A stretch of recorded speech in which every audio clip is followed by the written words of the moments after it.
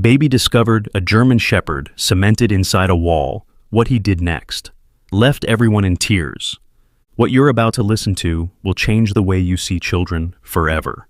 A story so unbelievable yet true that it sent shockwaves across the nation.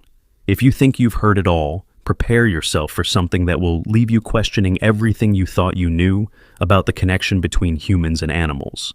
Don't forget to like, share, subscribe, and let us know where you're watching from. The whisper started on a Tuesday. 5-year-old Liam Carter sat bolt upright in his bed, his tiny hands clutching his dinosaur-printed blanket. The digital clock on his nightstand blinked 2:17 a.m., its red glow the only light in the otherwise pitch-black room. Something had woken him, a sound so faint that most people would have dismissed it as the wind or their imagination. But Liam wasn't most people. His eyes, wide and searching, scanned the shadows of his bedroom in the old Victorian house his parents had purchased just 3 weeks ago. The whimpering came again, a soft, desperate cry that seemed to seep through the plaster of his bedroom wall. "Hello?" Liam whispered, his voice small in the darkness. The crying paused briefly before continuing, somehow sounding even more desperate than before. Liam's small feet hit the cold wooden floor as he slid out of bed. The sound was pulling him forward like an invisible thread. He pressed his ear against the wall, his heart racing as the whimpering grew clearer. It wasn't human, that much he knew. It sounded like a doggy, he whispered to himself, his breath fogging slightly on the cool surface of the wall. "You're stuck, aren't you?" The whimpering responded, almost as if answering his question. Liam's hand moved across the wallpaper, feeling for any cracks or openings. Finding none, he frowned. "I'll help you," he promised the unseen creature. "I won't leave you alone." Morning light streamed through the kitchen windows as Olivia Carter flipped pancakes while her husband Daniel poured coffee into matching mugs. Their conversation about renovation plans for the weekend halted when Liam appeared in the doorway, still in his pajamas, dark circles under his normally bright eyes. "Honey, did you not sleep well?" Olivia asked, immediately concerned by her son's unusually disheveled appearance. Liam climbed onto a kitchen chair, his expression serious. "There's a dog crying in my wall." Daniel chuckled, ruffling Liam's already messy hair. "Buddy, that was probably just the house settling. These old places make all kinds of weird noises."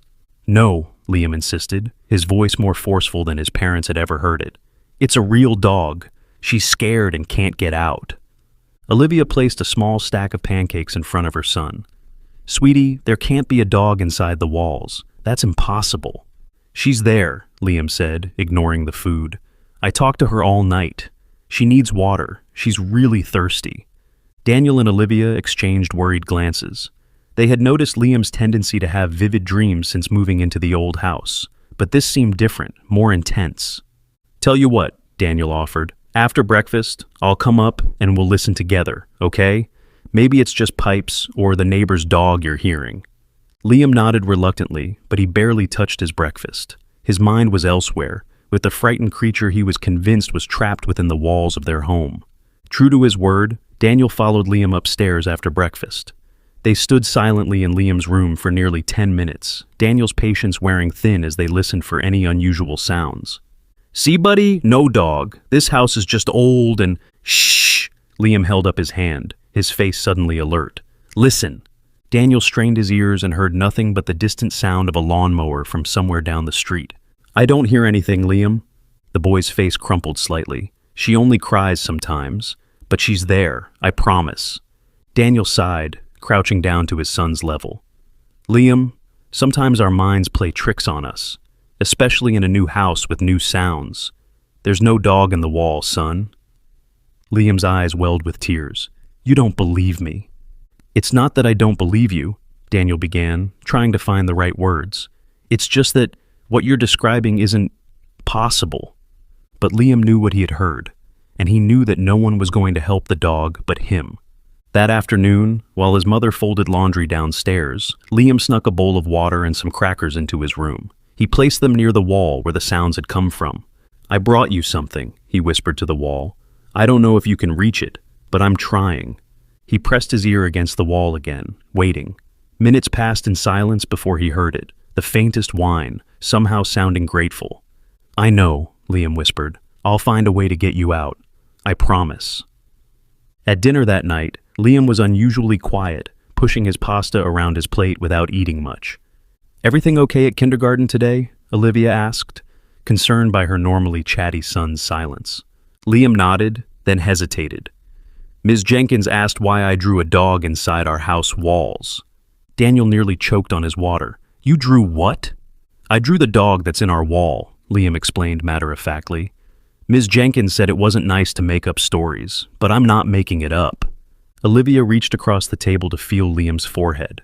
"Are you feeling all right, sweetie? No fever?" "I'm not sick," Liam insisted, frustration evident in his voice. "Why won't anyone believe me?" "Because, honey," Daniel said gently, "dogs don't live inside walls. It's just not possible." "This one does," Liam said firmly, "and she's scared." That night, after his parents tucked him in, Liam waited until their bedroom door closed before sliding out of bed again. The whimpering had grown fainter, which worried him more than the louder cries from the previous night. "Don't give up," he whispered urgently to the wall. "I'm going to help you. Just hold on." As days passed, Liam's obsession with the dog in the wall only intensified. His kindergarten teacher, Ms. Jenkins, called Olivia to express concern after Liam spent an entire art session creating increasingly detailed drawings of a German shepherd trapped in darkness, surrounded by what appeared to be concrete. "Has Liam experienced any trauma recently?" Ms. Jenkins asked carefully. "Perhaps the loss of a pet?" "No, nothing like that," Olivia replied, watching through the classroom window as Liam sat alone, drawing yet another picture while the other children played together. "We just moved into an old house, and he's convinced there's a dog trapped in his bedroom wall. We've explained that it's impossible, but he won't let it go." Ms. Jenkins hesitated. Children sometimes create elaborate fantasies to process change. The move might be more difficult for him than it appears. "Maybe," Olivia agreed, though something about the explanation didn't sit right with her. Liam had been excited about the move, about having a bigger yard and his own room. This fixation seemed to come out of nowhere. "There is one other thing," Ms. Jenkins added. "Liam mentioned that he just knows things sometimes.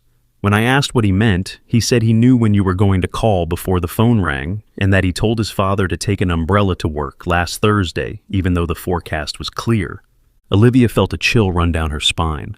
There was an unexpected storm that day. Daniel got soaked because he didn't listen to Liam. The teacher nodded thoughtfully. Children can be surprisingly intuitive. Perhaps instead of dismissing his concerns outright, you might want to investigate what's triggering this particular belief, even if it's just to set his mind at ease. On the drive home, Olivia couldn't stop thinking about the teacher's words. It was true that Liam sometimes seemed to know things he shouldn't, little things that most people would dismiss as coincidence. The phone calls, the weather predictions, the time he'd woken up crying about his grandmother falling, only for them to receive a call an hour later that she'd broken her hip. Could this somehow be related? The thought was unsettling. When they arrived home, Liam immediately ran upstairs to his room, calling out to the wall before Olivia even had a chance to follow him. "I'm back. Are you okay? I thought about you all day." Olivia stood in the doorway, watching as her son pressed his ear against the wall, his face a mixture of concern and concentration. "Liam, honey," she began carefully, "I want to understand about this dog. Can you tell me more about what you hear?" Liam looked at her suspiciously, as if trying to determine whether she was genuinely interested or just humoring him. Finally, he waved her over. "Come listen," he whispered, pointing to a specific spot on the wall. "Sometimes she's too tired to cry loud, but I can feel her here." Olivia hesitated, then knelt beside her son and pressed her ear to the wall. They stayed like that for several minutes, the silence broken only by the ticking of Liam's dinosaur clock. Just as she was about to pull away, she felt it, a vibration so slight that she almost missed it. Not a sound exactly, but a tremor, like something shifting. "Did you feel that?" Liam asked, his eyes wide and hopeful. Olivia pulled back, unsettled. I felt something. But Liam, it could be anything. Pipes, the house settling. "It's her," Liam insisted. "She's running out of time." That night, Olivia couldn't sleep. She found herself in the kitchen at midnight, searching online for information about the house they'd purchased. The listing had mentioned it was built in 1897, with various updates throughout the years. What it hadn't mentioned was any history that might explain Liam's fixation. Can't sleep either? Daniel asked, shuffling into the kitchen in his pajamas. Olivia jumped slightly. I'm just doing some research. On what? Childhood hallucinations? Daniel asked, peering over her shoulder at the laptop screen. On our house, Olivia replied. I'm starting to think there might be something to what Liam's saying. Daniel sighed, running a hand through his sleep-tousled hair. Liv, come on. You know there's no dog in the wall. That's not physically possible. I know it sounds crazy, she admitted, but today when I listened with him, I felt something, a vibration. And you have to admit, Liam has always had these intuitions. Coincidences, Daniel corrected, though his voice lacked conviction. Remember when he knew about my mom falling? Olivia pressed. Or the storm last week? What if he's sensing something we can't? Daniel was quiet for a long moment. So, what have you found? Not much yet, Olivia admitted. The house was last owned by someone named Edward Morrison, who sold it to the real estate company that flipped it before we bought it. I can't find much about Morrison, though. Well, maybe we can ask around the neighborhood tomorrow, Daniel suggested, more to appease his wife than out of any real belief. For now, let's try to get some sleep. But sleep remained elusive for both of them.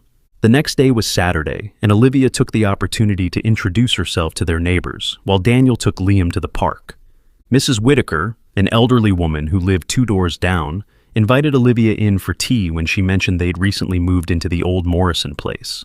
Such a beautiful home, Mrs. Whitaker commented, pouring tea into delicate china cups, though it stood empty for quite some time after Edward left. Left? Olivia asked. I thought he sold the house. Mrs. Whitaker's expression grew troubled.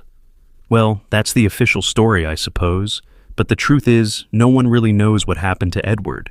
He simply disappeared about 8 months ago. Olivia nearly spilled her tea. Disappeared? What do you mean? It was quite strange, Mrs. Whitaker continued, seeming relieved to finally share the story. Edward was always a bit of a loner, but harmless, kept to himself, worked from home, some kind of computer job. Then one day, the neighbors realized they hadn't seen him in weeks. Mail piling up, no lights on. When the police did a welfare check, the house was empty. No sign of foul play, just abandoned. That's unsettling, Olivia said, trying to keep her voice steady. The strangest part, Mrs. Whitaker leaned in conspiratorially, was his dog. Edward adopted a German Shepherd puppy about a year before he vanished. Sweet thing, Luna, I think he called her. She disappeared too. Everyone assumed he took her with him, wherever he went. Olivia's blood ran cold. A German Shepherd? Are you sure? Mrs. Whitaker nodded. Positive. I used to see him walking her in the evenings. Beautiful dog, very well behaved. Why do you ask? Just curious, Olivia managed, her mind racing.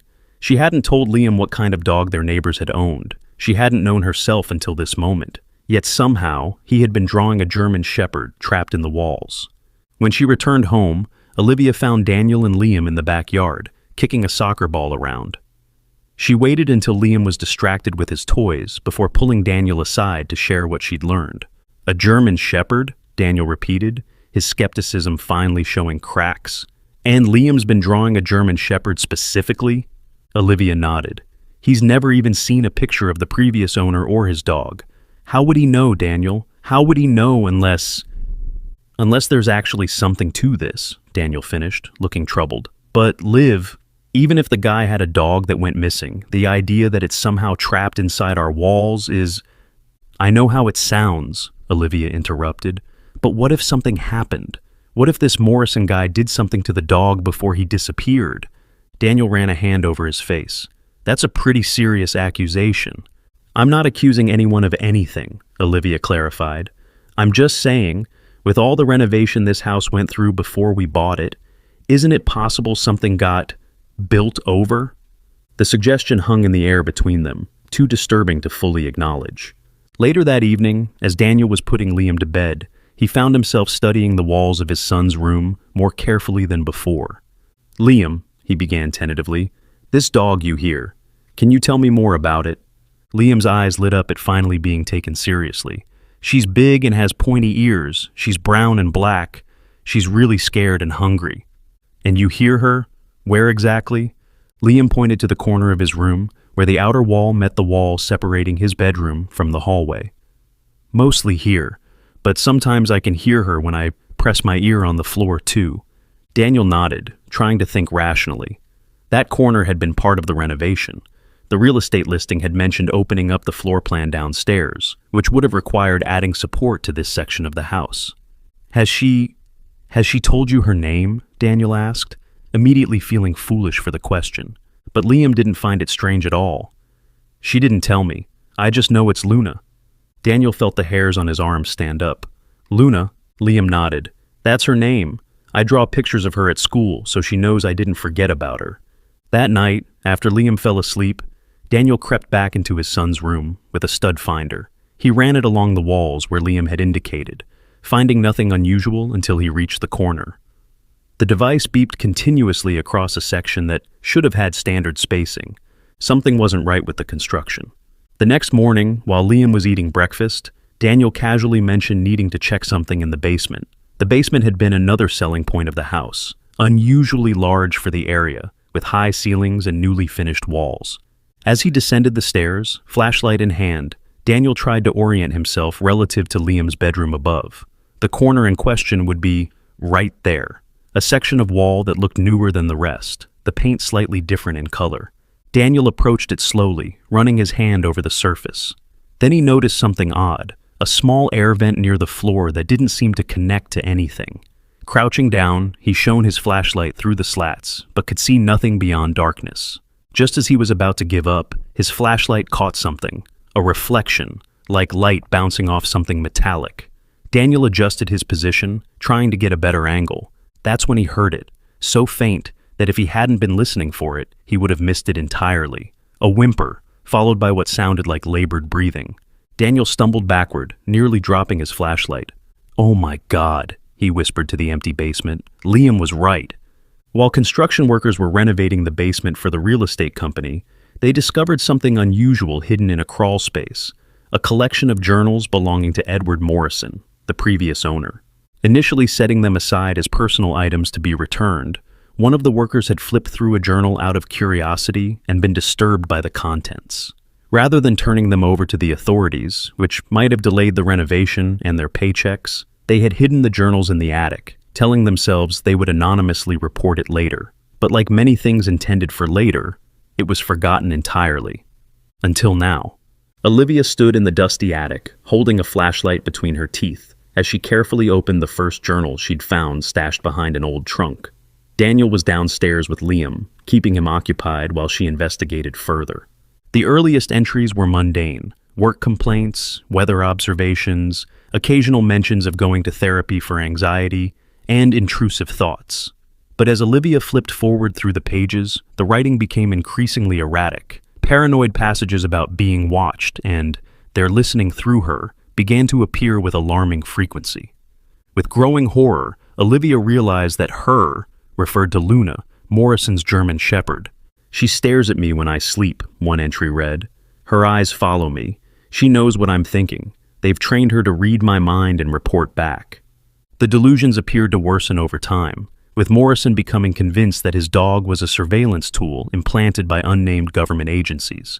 He wrote about blocking her signal by keeping her in the basement, away from windows where she could transmit data. The final entries were the most disturbing. "I can hear her transmitting even through the walls. I've tried everything to block it. Nothing works. There's only one solution left." The next page detailed Morrison's plan to permanently contain the surveillance unit by building a false wall in the basement. He'd calculated airflow, determining that a small vent would provide just enough oxygen to keep the unit functioning, but too weak to transmit signals. Olivia closed the journal with shaking hands, feeling physically ill. This wasn't just a sad case of a missing dog. It was evidence of a disturbed mind carrying out a horrific plan. She grabbed the journals and rushed downstairs, finding Daniel in the kitchen making lunch, while Liam colored at the table. "We need to talk," she whispered urgently, gesturing toward the back door. "Now." Outside, she showed Daniel what she'd found, watching his face drain of color as he skimmed the entries. "This is Jesus," Daniel muttered, running a hand through his hair. This guy was seriously mentally ill. And if what he wrote is true, Olivia continued, her voice trembling, then Luna is exactly where Liam says she is, trapped inside a wall in our basement. Daniel, she could still be alive. Daniel shook his head in disbelief. That's impossible. This happened months ago. No animal could survive that long without food and water. The vent, Olivia insisted. You said there was a vent. Maybe rainwater gets in somehow. Maybe she found a way to sustain herself. I don't know, but Liam is certain she's alive, and everything else he's known has turned out to be true. They looked at each other, the full weight of the situation sinking in. I'll get my tools, Daniel said finally. If there's even a chance. What about Liam? Olivia asked. Should we keep him away just in case? She couldn't finish the sentence, but Daniel understood. Just in case what they found was too disturbing for a 5-year-old to see. Just in case Liam had been wrong and all they discovered were remains. I'll call my sister, Daniel decided. Ask her to take him for a few hours. We'll tell him we're doing some house repairs. But when they went back inside, Liam was standing in the kitchen doorway, his eyes wide and urgent. You found the bad man's books, he said. Not a question, but a statement. Now you believe me about Luna. Olivia and Daniel exchanged startled glances. Liam, honey, Olivia began carefully, we're going to look into this, but I think it would be best if you went to Aunt Sarah's for a little while. No! Liam's shout startled them both. I need to be here. Luna's waiting for me. I promised I'd help her. Buddy, Daniel crouched down to his son's level. If the dog is there, she might not be in good shape, and we don't know for sure that... She's alive, Liam insisted, tears filling his eyes. But she won't be much longer. She's really tired now. She doesn't cry as much anymore. The certainty in his voice was chilling. Please, Liam begged, please let me help her. I promised. After a long moment of silent communication between them, Olivia nodded slightly to Daniel. Okay, Daniel agreed reluctantly, but you have to stay back while I check the wall, all right? And if I tell you to go upstairs with Mom, you go. No arguments. Liam nodded solemnly, relief washing over his features. Thank you, Daddy. The three of them descended to the basement, Daniel carrying his toolbox, Olivia holding Liam's hand. When they reached the section of wall in question, Daniel instructed Liam and Olivia to stand back. This is where she is, Liam said confidently, pointing to a specific section of the wall near the small vent. Daniel nodded, setting down his tools. Let's listen first, he suggested, wanting to be certain before he started tearing into their home. The basement fell silent as all three strained to hear any sound from within the wall. Seconds ticked by, stretching into a full minute. Nothing. Daniel was about to suggest they rethink this when Liam broke away from Olivia's grasp and rushed to the wall, pressing his small hand against it. Luna, he called softly, his voice trembling with emotion. We're here to help you. Please make a sound so my daddy knows you're real. Another long silence followed. Olivia moved to pull Liam away, an apology already forming on her lips when they all heard it. A faint scratching sound, followed by the weakest whimper imaginable. Daniel's skepticism evaporated instantly. He grabbed his hammer with newfound urgency. Stand back, both of you, he ordered, his voice tight with a mixture of shock and determination. I'm going to start with a small hole to see what we're dealing with. As Daniel carefully began removing a section of drywall, Liam watched with intense focus, his small hands clenched into fists. Olivia stood nearby, phone in hand, ready to call emergency services if needed. I see something, Daniel muttered, shining his flashlight through the small opening he'd created. There's definitely a space behind here that shouldn't be there. He worked faster now, enlarging the hole until it was about a foot square. The beam of his flashlight revealed a narrow chamber, crudely constructed between the original foundation and the newer wall. And there, huddled in the far corner, was a shape. Oh my God, Daniel breathed, his voice barely audible. Fur, matted, filthy fur, and the slight rise and fall of breathing. Luna was alive. Daniel worked frantically now, tearing at the drywall with renewed purpose. As the opening grew larger, the full horror of the situation became clear. Luna wasn't just trapped behind a wall. She had been deliberately sealed into a tiny chamber, barely large enough for her to turn around in. The space was a prison, with just enough room for the dog to exist but not live. Olivia, call a vet, now, Daniel ordered, his voice shaking with a mixture of shock and anger. But Liam was already moving forward, his small body slipping past his father before either parent could stop him. "Liam, wait!" Olivia cried out, but the boy had already dropped to his knees in front of the opening. "Luna," he whispered, extending his hand toward the frighteningly still form. "I told you I'd find you." The German shepherd's head lifted slightly at the sound of his voice, her eyes sunken deep into a skeletal face, struggling to focus. When Liam's scent reached her, something remarkable happened. Her tail, little more than bone covered with fur, thumped weakly against the concrete floor. "Be careful, Liam," Daniel warned, ready to pull his son back at the first sign of aggression. A trapped, starving animal could be dangerous, especially around a child. But Luna showed no signs of aggression. Instead, she made a feeble attempt to crawl toward Liam, her emaciated body trembling with the effort. Liam turned to his parents, tears streaming down his face. "She needs water. She's so thirsty." Olivia ran upstairs, returning moments later with a shallow bowl of water. Daniel had managed to enlarge the opening further, but Luna still couldn't fit through, not without risking further injury to her frail body. "We need to remove more of the wall," Daniel decided, reaching for his tools again. "The vet is on the way," Olivia reported, her phone clutched tightly in her hand. "Dr. Rebecca Martinez. She said she'll be here in 15 minutes. Liam hadn't moved from his position by the opening. He'd taken the water bowl from his mother and was now holding it so Luna could reach it. The dog lapped weakly at the water, her tongue dry and cracked. "Not too much at once," Olivia cautioned, remembering something she'd read about refeeding syndrome in starvation cases. "Small sips, honey." Liam nodded, pulling the bowl back slightly when Luna tried to drink too eagerly. "It's okay," he soothed. "There's more, I promise." The sound of a car pulling into their driveway broke the tension. Olivia rushed upstairs to let the veterinarian in, while Daniel continued carefully removing sections of the wall. Dr. Martinez was a short woman with kind eyes and a no-nonsense demeanor. She followed Olivia down to the basement without wasting time on pleasantries, her medical bag clutched tightly in her hand. "Where's the—" Her question died on her lips as she took in the scene. A half-demolished wall, a skeletal dog visible through the opening, and a small boy whispering reassurances to the animal. "Sweet mercy," she breathed, setting down her bag and kneeling to assess the situation. "How long has she been in there?" "We're not sure," Daniel answered, wiping sweat from his brow. "At least a couple of months, based on when the previous owner disappeared." Dr. Martinez's eyes widened. "Months? That's impossible. No dog could survive that long without food and water." "There's a vent," Olivia pointed out, "and we think water might have gotten in somehow during rainstorms. We found journals. The previous owner was mentally ill. He believed the dog was spying on him." The vet's expression hardened. "Well, I'll need to examine her properly once we get her out. But I can tell you already that this is one of the worst cases of animal cruelty I've ever seen." She turned her attention to Liam, who hadn't taken his eyes off Luna. "You must be the one who found her," she said gently. Liam nodded. "I heard her crying in the walls. Nobody believed me at first." "Well, I believe you now," Dr. Martinez said, her tone serious. "And you've probably saved her life. I'm going to help your dad get her out, and then we'll take good care of her, okay?" Liam nodded again, reluctantly moving back to give the adults room to work.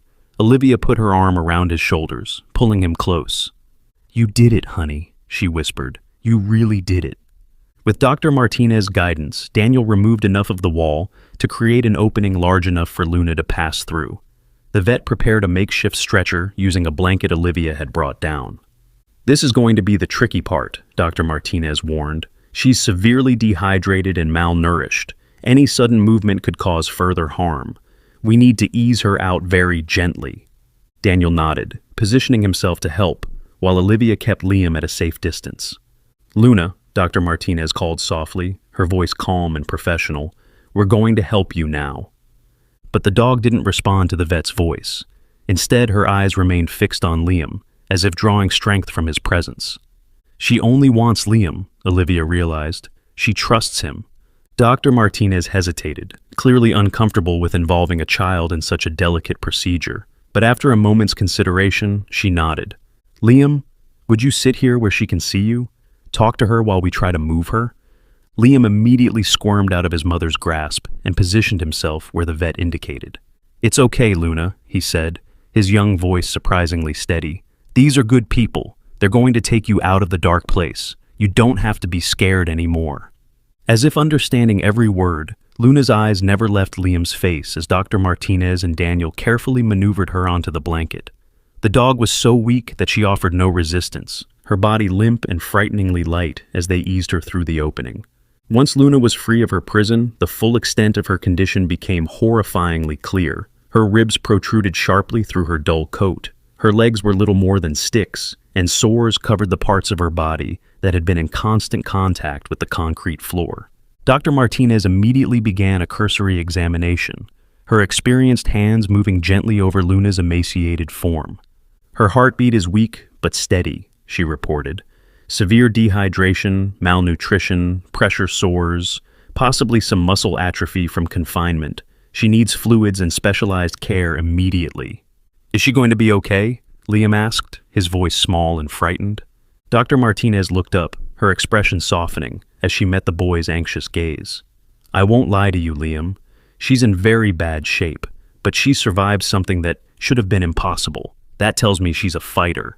"She wants to live," Liam said with absolute certainty. "She told me so." The adults exchanged glances, but no one questioned his statement. "My clinic is just 5 minutes away," Dr. Martinez said, returning to her professional demeanor. "I want to get her there as quickly as possible. I have the equipment to give her the fluids and care she needs." "Can I come too?" Liam asked immediately. Dr. Martinez looked to Olivia and Daniel, clearly leaving the decision to them. After a brief silent exchange, Olivia nodded. "We'll all go. Luna might feel more comfortable with Liam nearby." As they carefully carried Luna up the basement stairs and out to Dr. Martinez's van, a neighbor spotted them from across the street. Word spread quickly in the small community. By evening, everyone would know about the dog found inside the wall of the old Morrison place. Dr. Martinez's clinic was small but well-equipped. Her assistant, a young man named Carlos, was waiting for them, having been alerted by phone during the drive over. "Exam room 1 is ready," he reported, his eyes widening as he caught sight of Luna's condition. "Oh my God." "IV fluids, warming blankets, and let's get some blood work started," Dr. Martinez instructed, her voice calm and focused despite the horror of the situation. While the medical team worked on Luna, the Carter family waited anxiously in the small reception area. Liam sat between his parents, unusually still, his eyes fixed on the closed exam room door. "How did you know, Liam?" Daniel finally asked the question that had been bothering him since the discovery. "How did you know she was there?" Liam shrugged, the gesture oddly adult on his small frame. "I heard her." "But how did you know her name was Luna?" Olivia pressed. "We never mentioned that to you." Liam looked confused by the question. "She told me." "The dog told you her name?" Daniel clarified, trying to keep his tone neutral. "Not with words," Liam explained, as if it were the most natural thing in the world. "I just knew it, like how I know when it's going to rain or when Grandma is going to call." Olivia and Daniel exchanged worried glances. Liam's intuitions had always been strange, but this was something else entirely, something they couldn't easily explain away. Before they could question him further, the exam room door opened and Dr. Martinez emerged, looking tired but less grim than before. "She's stabilized," she announced, removing her latex gloves. "I've got her on IV fluids and medication for pain and infection. The blood work will tell us more, but for now, she's holding her own." "Can I see her?" Liam asked immediately. Dr. Martinez hesitated. "She's very weak, Liam, and she's connected to some machines that might look scary." "I won't be scared," Liam promised. "And Luna won't be scared if I'm there." After a moment's consideration, Dr. Martinez nodded. "All right, but just for a few minutes." She led Liam into the exam room, with Olivia and Daniel following close behind. Luna lay on a treatment table, covered with a warming blanket, an IV line running into one of her front legs. Monitoring equipment beeped steadily nearby, tracking her vital signs. Despite Dr. Martinez's warning, Liam showed no fear at the sight. He approached the table calmly, stopping just within Luna's line of sight.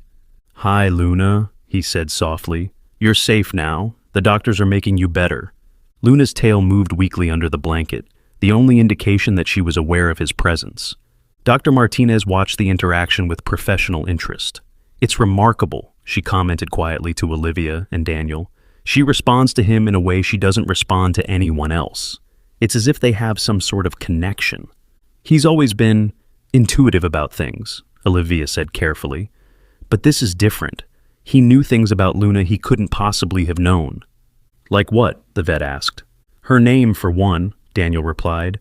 The previous owner's journals confirmed it, but Liam knew before we found them. Dr. Martinez's expression turned thoughtful. I've been a veterinarian for 15 years, she said slowly, and I've seen some things that science can't easily explain. The bonds between humans and animals sometimes transcend our understanding. She watched as Liam gently stroked Luna's head, the dog's eyes never leaving the boy's face. Whatever the explanation, she continued, that bond might be what keeps her fighting. She should have died in that wall. By all medical logic, she shouldn't have survived more than a few weeks without proper food and water. Yet here she is. What happens to her now? Olivia asked. After she recovers? That's a conversation for another day, Dr. Martinez replied. Right now, let's focus on getting her through the next 48 hours. Those will be critical. As word spread about Luna's discovery, local media began to gather outside the veterinary clinic. By evening, a small crowd had formed. Concerned citizens, animal lovers, and reporters eager for a story about the miracle dog found inside a wall. Carlos, the vet's assistant, had been fielding calls all afternoon. Channel 7 wants to do a live segment for their evening news, he reported, and the Pineville Gazette is sending a reporter over. Dr. Martinez sighed, running a hand through her hair. I suppose we shouldn't be surprised. It's not every day a 5-year-old boy discovers a dog entombed in a wall. Do we have to talk to them? Olivia asked, concerned about exposing Liam to media attention. Not if you don't want to, Dr. Martinez assured her. I can handle the press, but they'll want to know about Liam, how he knew. Daniel frowned. That's what I'd like to know too. They all looked toward the exam room, where Liam still sat beside Luna, seemingly unbothered by the growing commotion outside. He was talking to the dog in a low voice, his small hand resting gently on her side. What is he saying? Olivia wondered aloud. I don't know, Daniel replied, but whatever it is, Luna seems to understand. Inside the exam room, Liam was indeed having a conversation of sorts with Luna. Not with words, at least not words that anyone else would understand, but with something deeper, a connection that had formed the moment he first heard her cries through the wall. Everyone wants to know how I found you, he whispered to Luna. I don't know how to explain it. I just heard you when no one else could. Luna's eyes, still sunken, but now more alert thanks to the IV fluids, remained fixed on his face. Her tail thumped weakly against the treatment table. Dr. Martinez says you're a fighter, Liam continued. She says you shouldn't have survived this long, but I knew you would. I knew you were waiting for me to find you. He leaned closer, as if sharing a secret. I know other things too, Luna. I know you weren't always in that wall. You had a home before. You had someone who loved you, but then he got sick. Not sick like a cold. Sick in his head. He was afraid of you, but it wasn't your fault. Luna whined softly, the sound barely audible over the beeping of the monitoring equipment. I know, Liam soothed. It was scary, but you're safe now. When you get better, you can come live with us. I already asked Mom and Dad. They didn't say yes yet, but they will. I know they will. Outside the clinic, the crowd continued to grow. News vans had arrived, their satellite dishes extending skyward. Reporters stood before cameras, gesturing toward the small building as they delivered their reports. 5-year-old Liam Carter made an unbelievable discovery in his family's new home, one reporter announced. A German shepherd, believed to have been sealed inside a wall for months, was found alive thanks to the boy's persistence.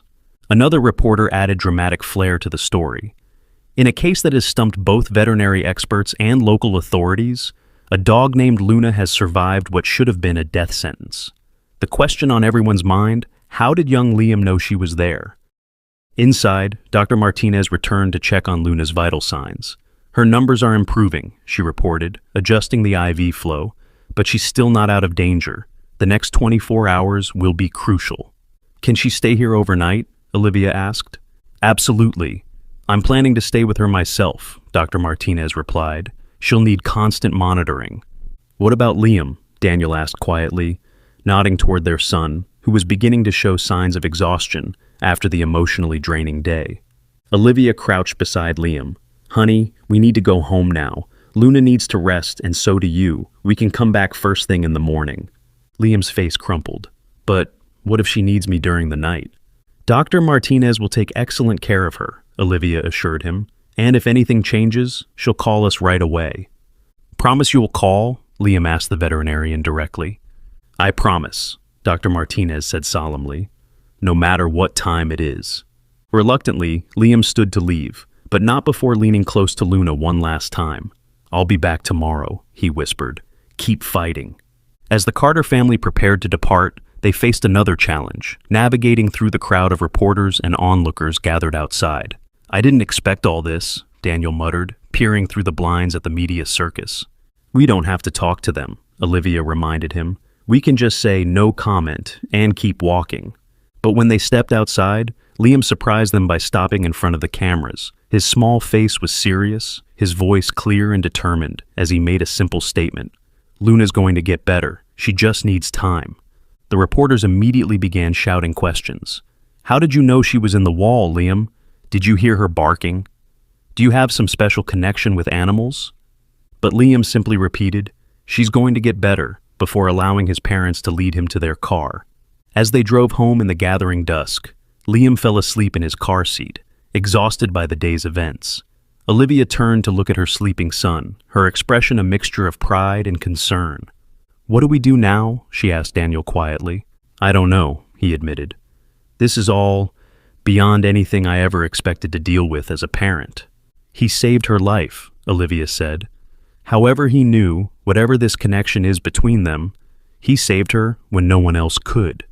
Daniel nodded, his hands tightening on the steering wheel. "I know, and I'm proud of him. I just wish I understood how he knew." "Maybe we don't need to understand it," Olivia suggested. "Maybe we just need to accept that Liam has a gift." As they pulled into their driveway, Daniel sighed.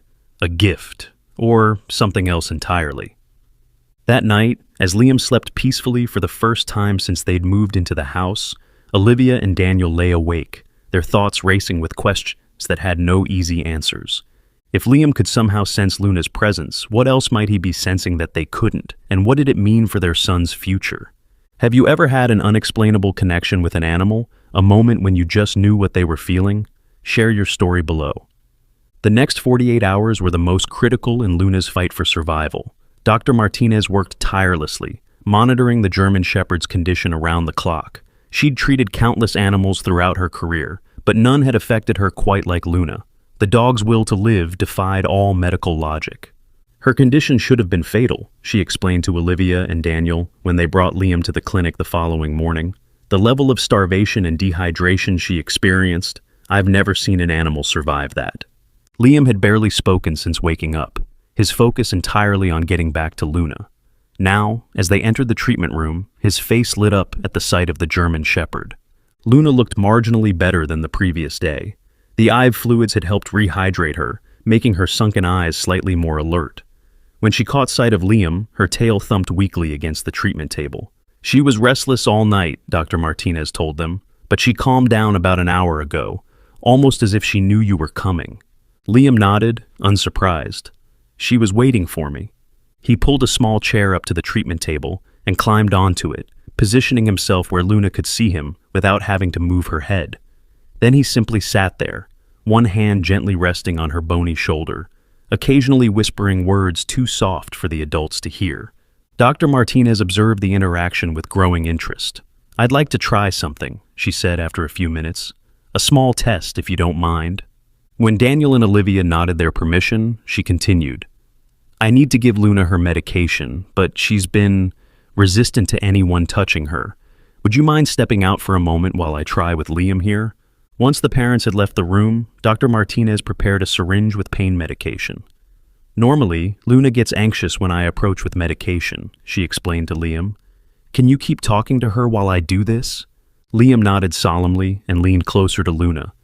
"The doctor needs to give you medicine to help you feel better," he whispered. "It might hurt a little, but then you'll feel better. I promise." As Dr. Martinez approached with the syringe, Luna's eyes remained fixed on Liam. When the needle pierced her skin, she didn't flinch or growl. She simply continued watching the boy, completely calm despite the discomfort.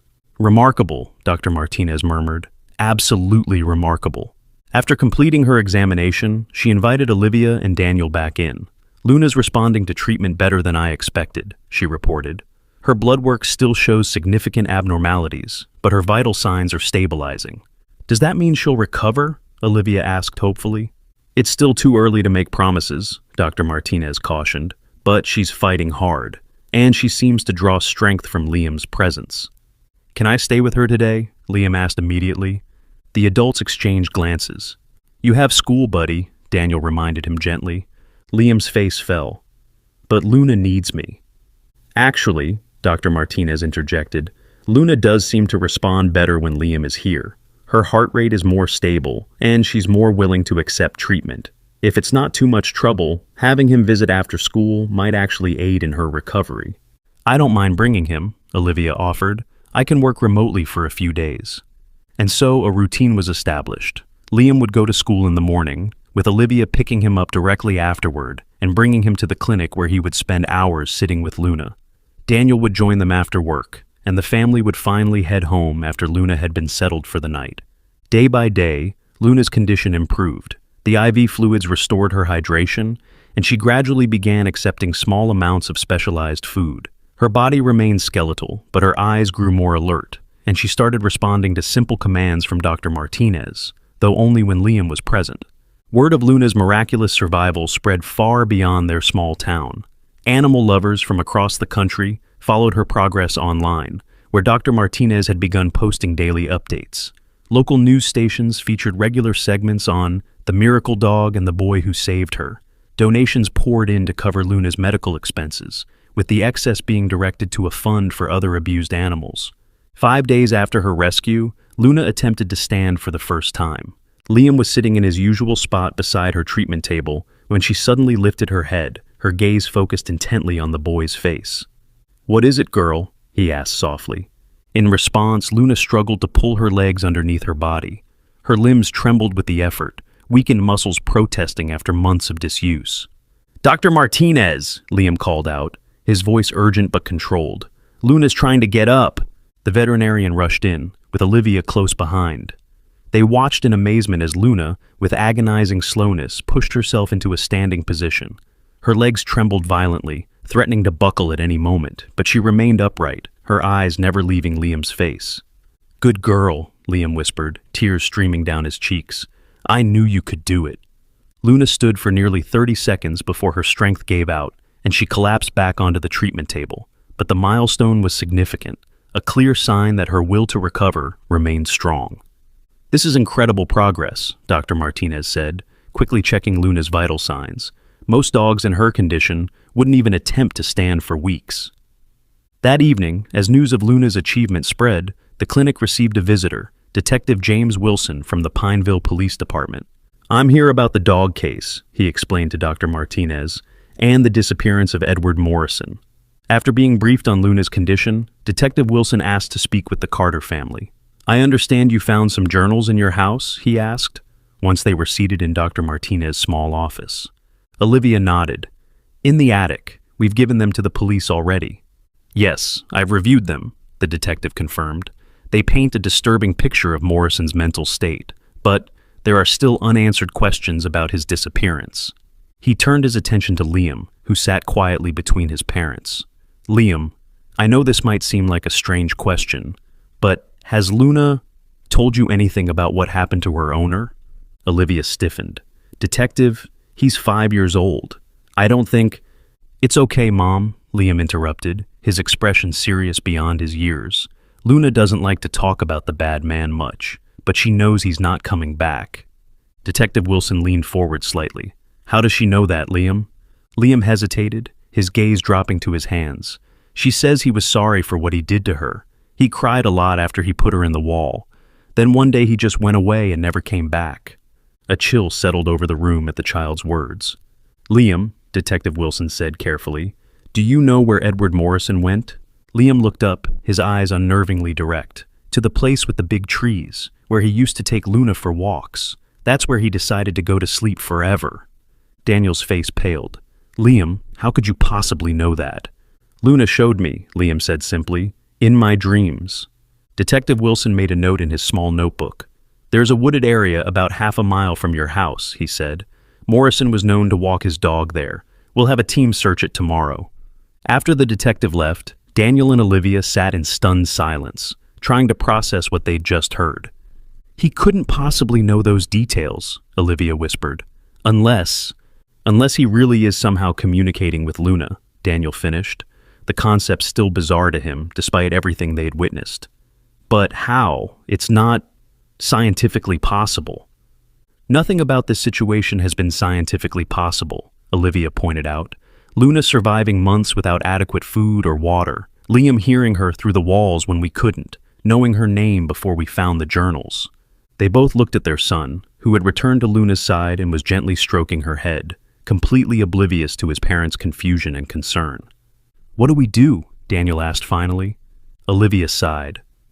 "I don't know, but I think we need to stop questioning it and just accept that Liam has some kind of gift, a connection with Luna that we can't understand." The next morning, Detective Wilson called to inform them that human remains had been discovered in the wooded area exactly where Liam had indicated. Preliminary evidence suggested suicide, though a full investigation was still underway. "How did he know, Olivia?" Daniel asked after hanging up the phone, his voice shaking slightly. "How could he possibly have known where to find Morrison's body?" Olivia had no answer. She could only watch as her son got ready for school, packing his lunch and chattering about taking Luna for walks once she was better, behaving for all the world like a normal 5-year-old boy rather than a child with an inexplicable psychic connection to a traumatized dog.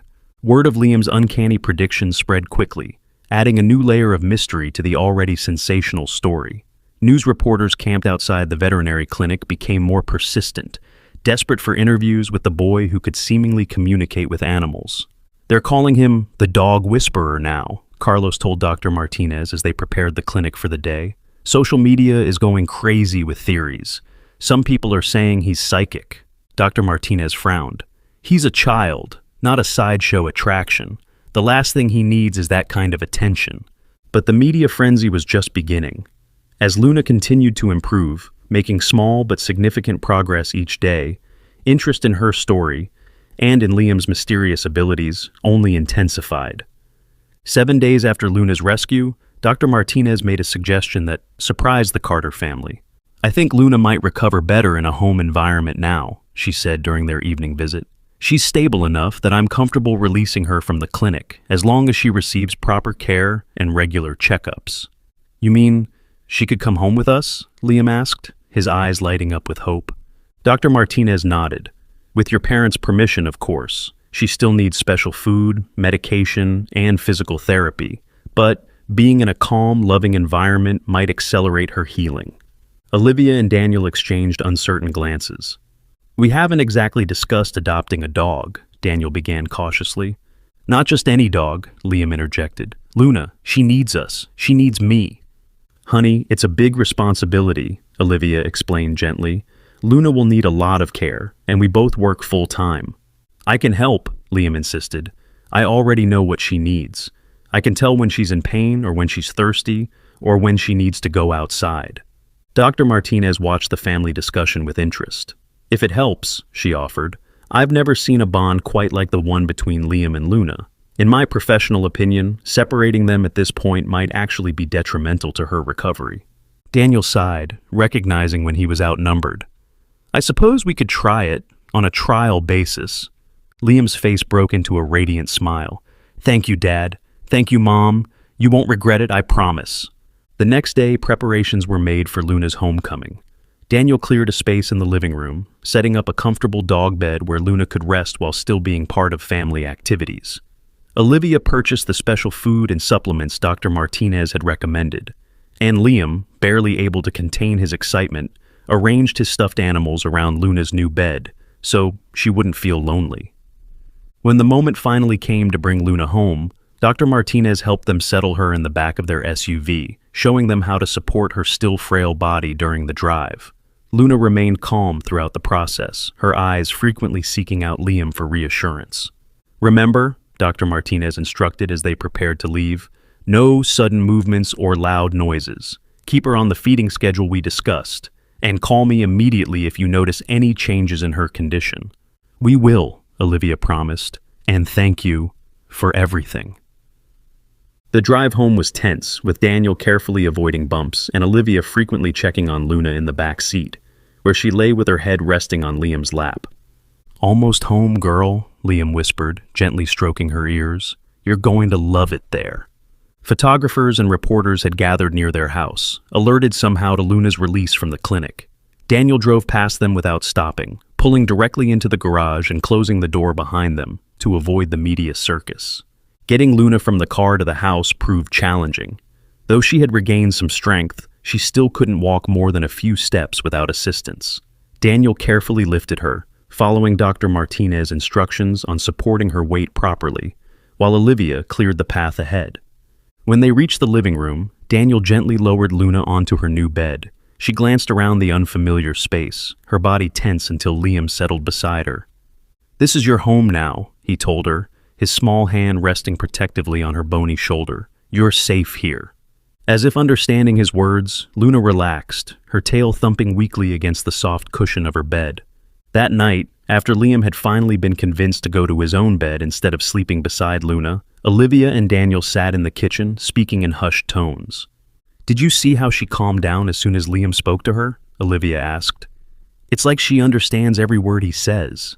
Daniel nodded, still struggling to reconcile what he was witnessing with his logical, science-based worldview. "I know, it's uncanny. Do you think we should have him tested or something?" Olivia wondered. "Maybe there's a scientific explanation for this connection he has with Luna." "What kind of test would even apply to this situation?" Daniel countered. "It's not like there's a standard protocol for determining if your 5-year-old son is psychically linked to a German Shepherd." Olivia managed a small smile at that. "When you put it that way, it does sound ridiculous." "Maybe we should contact that researcher Dr. Martinez mentioned," Daniel suggested. "The one who studies human-animal communication. Dr. Reed, I think his name was."